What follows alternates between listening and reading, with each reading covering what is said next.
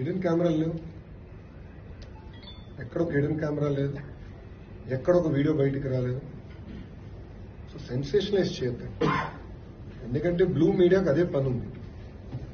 ఎక్కడో చిన్న ఇష్యూ జరిగితే అది ఎట్లా సెన్సేషనలైజ్ చేయాలి.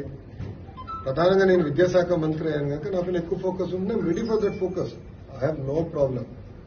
కానీ వాస్తవాలు తెలుసుకుని మీరేంటి, నేనేమవుతుంది కాదు. కానీ అక్కడ ఒక హిడెన్ కెమెరా లేదు, ఒక వీడియో లేదు, కావాలని రచ్చ చేస్తాం, కరెక్ట్ కాదు. అది నంబర్ 1. నంబర్ 2, అక్కడ ఏం జరిగిందో మీకు తెలుసు. ఆ చేసినోడిని ఇమ్మీడియట్ గా అరెస్ట్ కూడా చేశాం. అరెస్టం ఒక 3-4 మధ్యలో జరుగుతున్న వివాదం అది. వాళ్ళు అరెస్ట్ చేశాం. ఎవరితో మాట్లాడారు, ఎక్కడ మాట్లాడారు, మొత్తం ఇంటెలిజెన్స్ డిపార్ట్మెంట్, డీజీ ఆఫీస్ నుంచి అది రివ్యూ చేస్తుంది. బట్ హిడెన్ కెమెరా అనేది ఎక్కడ లేదు. హిడెన్ కెమెరా లేదు. As simple as that. ఉన్నట్టు మీరు చూపించండి. I'm ready for school. There is no hidden camera anywhere.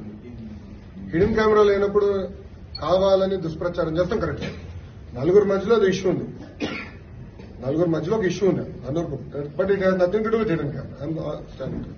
ఒక ఆడకూతురు అట్లా బహిరంగంగా వచ్చి అట్లా ఆరోపణ చేసింది. దీని ఆడవాళ్ళే హిడెన్ కెమెరా అయితే ఉందా లేదా?